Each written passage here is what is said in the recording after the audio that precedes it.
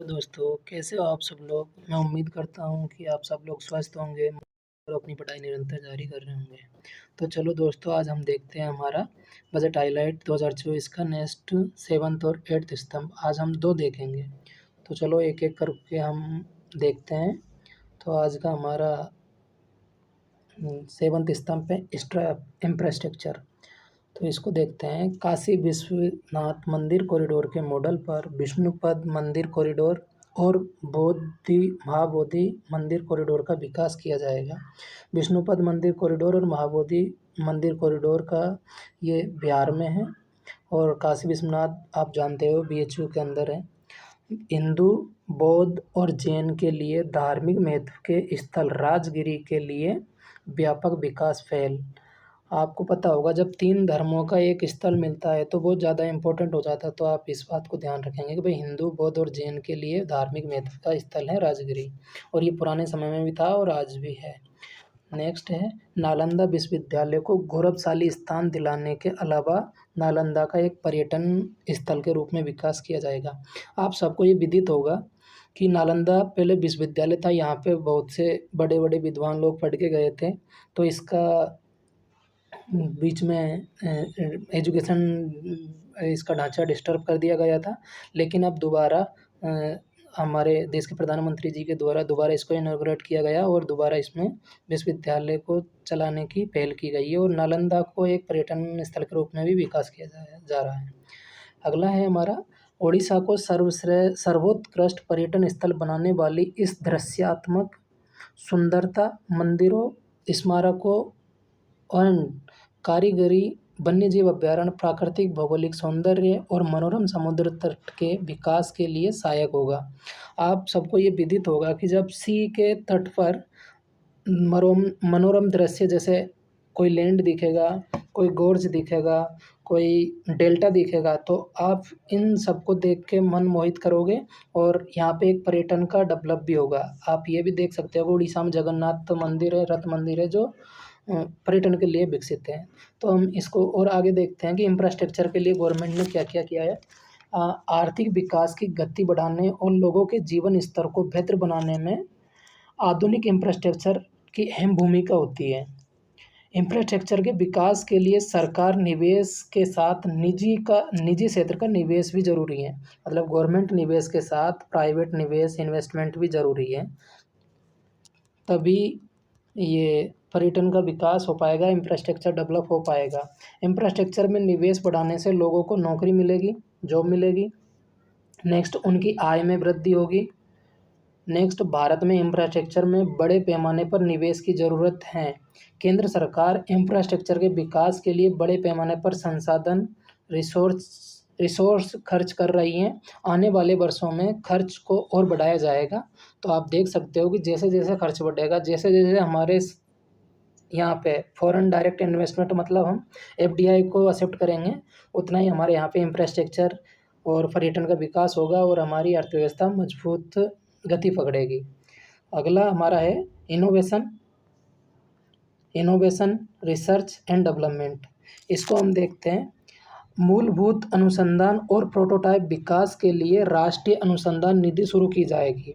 हम मूलभूत तो सब समझते हो कि भाई सड़क, बिजली, पानी, कपड़ा, मकान, रोटी एक्सेट्रा। तो हम प्रोटोटाइप डेवलपमेंट क्या होता है इसको भी देखते हैं। प्रोटोटाइप डेवलपमेंट वह व्यक्ति या किसी चीज़ है जो बाद में आने वाले लोगों के लिए एक मॉडल या प्रेरणा के रूप में कार्य करता है।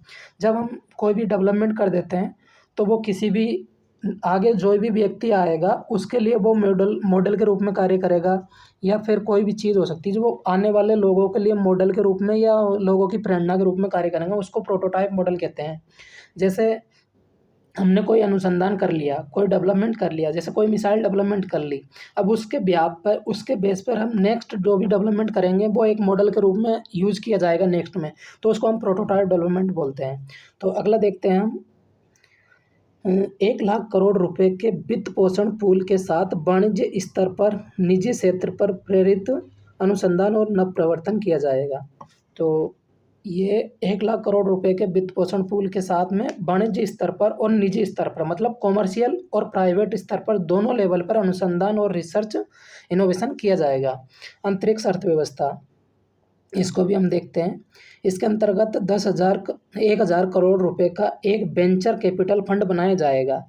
तो पहले मैं बताता हूँ आपको वेंचर कैपिटल क्या होता है। वेंचर कैपिटल वो होता है किसी निवेशक द्वारा निवेश की गई वह पूंजी जिसका उद्देश्य होता है जोखिम से बाजार में उपलब्ध संभावनाओं को दोहन करना। मतलब जितनी भी जोखिम होती हैं उससे जो बाजार के अंतर जो संभावनाएं होती है अंतर्गत उनका दोहन करना वेंचर कैपिटल कहलाता है। और इसका यूज केवल अनुभवी व्यक्ति नए उद्यमों में जोखिम पूंजी का प्रयोग करते हैं। मतलब जो नए एक्सपीरियंस होल्डर होते हैं ना वही लोग इसको यूज करते हैं।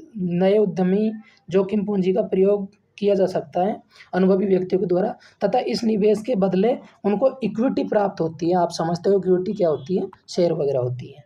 तो नेक्स्ट है इसी में नवाचार शोध और विकास के लिए केंद्र सरकार द्वारा देश में नवाचार शोध एवं विकास को इनोवेशन रिसर्च एंड डेवलपमेंट को बढ़ाने के लिए वित्तीय सुविधाएं मुहैया कराएगी। दुनिया के विकसित देश नवाचार और शोध एवं विकास पर बड़े पैमाने पर संसाधन खर्च कर रहे हैं।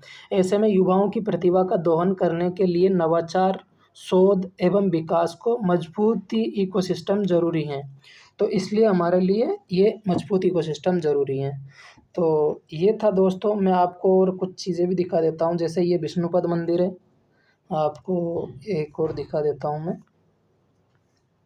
जैसे ये विश्वनाथ कॉरिडोर मंदिर है, इसके बिहाफ पर ही विष्णुपद कॉरिडोर मंदिर, ये विष्णुपद कॉरिडोर मंदिर है।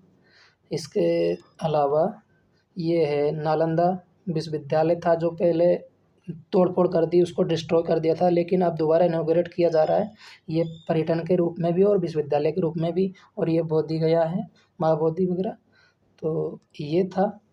और ये रिसर्च डेवलपमेंट, जैसे हम रिसर्च करेंगे डेवलपमेंट करेंगे, जैसे इंफ्रास्ट्रक्चर ग्रीनरी, मतलब जो हमारी सड़कें हैं हाईवे हैं उनके बीच में जो भी मियावाकी पद्धति के द्वारा हम रोड के बीच में उनको ग्रीनरी को डेवलपमेंट करेंगे और पर्यावरण को स्वच्छ करेंगे, ऐसे इंफ्रास्ट्रक्चर बढ़ाएंगे। और अपनी जो ट्रांसपोर्टेशन सिस्टम है उसको द्रुत करेंगे, मतलब रैपिड, मतलब इस हाई करेंगे। इससे हमारी जो डेथ वगैरह होती है वो भी कम होगी और हमारे देश की ग्रोथ होगी। तो ये था दोस्तों हमारा आज का अध्याय। तो आप देख सकते हो, आपको इसका लाभ उठाएंगे, आप इसको लाइक और शेयर सब्सक्राइब करेंगे। जय हिंद दोस्तों।